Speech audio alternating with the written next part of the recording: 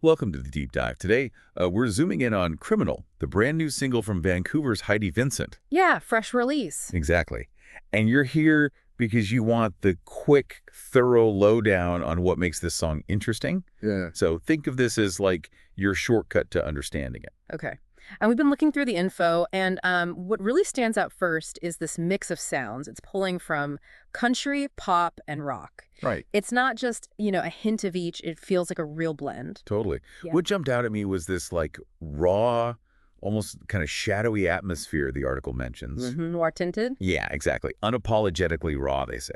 And that kind of sets the scene for what we want to unpack, how Criminal works as this dark but catchy anthem. Cathartic power, but with pop precision. A great way to put it. So let's get into the specifics. Where did Criminal first pop up? Okay, so the official release date was May 5th, 2025. Got it. Just out. Just out. And there's also a lyric video already. The article we looked at has the YouTube link if you want to see it visually. Handy. And even just glancing at those lyrics, you see lines like, gathering thoughts about you, and then boom. Baby, I'm just a criminal coming for you. Yeah. It throws you straight into that feeling of betrayal, maybe revenge. Oh, for sure. But what's really cool is how those heavy themes get filtered through that genre mix we mentioned. Right, the country pop rock thing. Exactly. The article really hammers that home, and it seems like central to the song's vibe.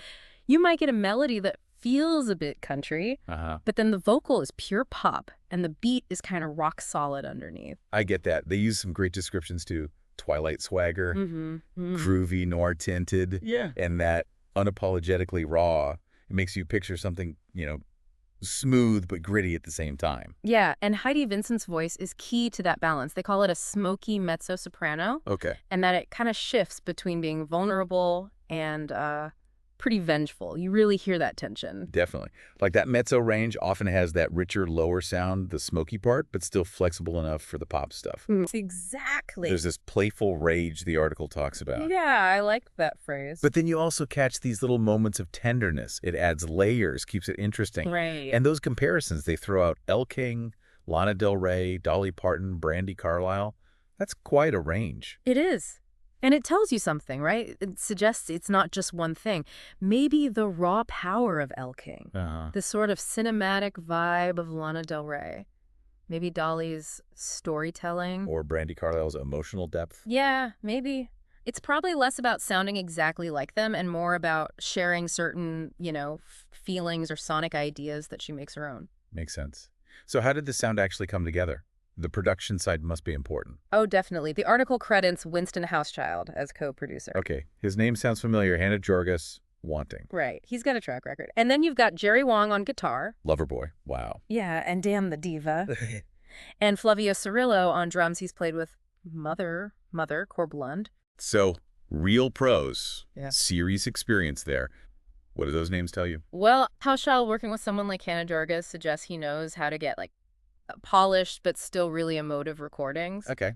Wong's background probably brings that rock edge, the guitar sounds. Right, the grid. And Cirillo, with bands like Mother, you expect intricate driving rhythms. So it all adds up. The article says the track is slick without losing its soul. Which is a great description, yeah. It sounds tight, professional, but still has that raw feeling we talked about. And critically, a catchy chorus. Yes.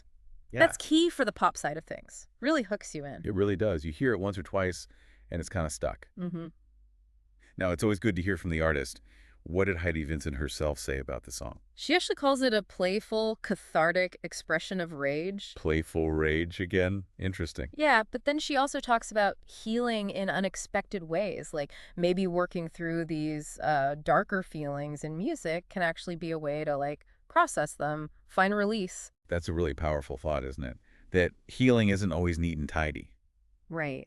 And Criminal seems to lean into that messiness, acknowledging the anger without, saying, go do something criminal. It's like a safe outlet. Exactly. Channeling it creatively. And her background kind of gives more weight to that, I think. Yeah, tell me about that. Sounds like she's been doing this for a while. Oh, yeah. The article mentions she had an early radio break way back in the early 90s. Wow, okay. On K97.5 FM. And apparently that first song came out of a personal tragedy. Huh. That must shade how you write, dealing with something heavy so early on. You'd think so, right? And since then, her music's popped up in films, TV. She's got global recognition, so she's not exactly a newcomer. No, clearly not. Yeah. There was a debut album, Happy Now. Which got good reviews, yeah. And then Something Borrowed, Something Blue, which, again, they mentioned blended country, indie rock, folk pop.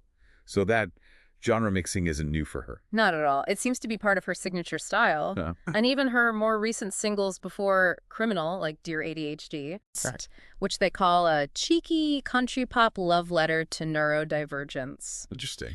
And What Love Can Do, about heartbreak, it shows she tackles different kinds of emotions, different topics, but still knows how to write a hook. And likely draws on personal stuff, which gives that raw feeling to Criminal maybe more context. Exactly.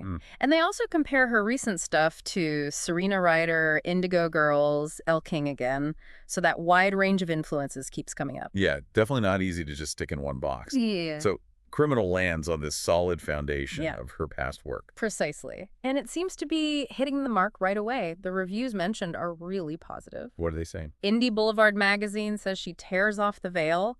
A&R Factory calls it a ruggedly Western vignette of vengeance. Strong words. Yeah. And Roadie Music says it challenges emotions, so it's definitely making an impression. That's like it. And if you're listening and want to hear it for yourself, which you probably should, the article gives links. HeidiVincent.hearnow.com/criminal Apple Music. Easy to find. Yeah, definitely worth putting on while we're talking, maybe. And if you want to go deeper, find her other stuff, connect.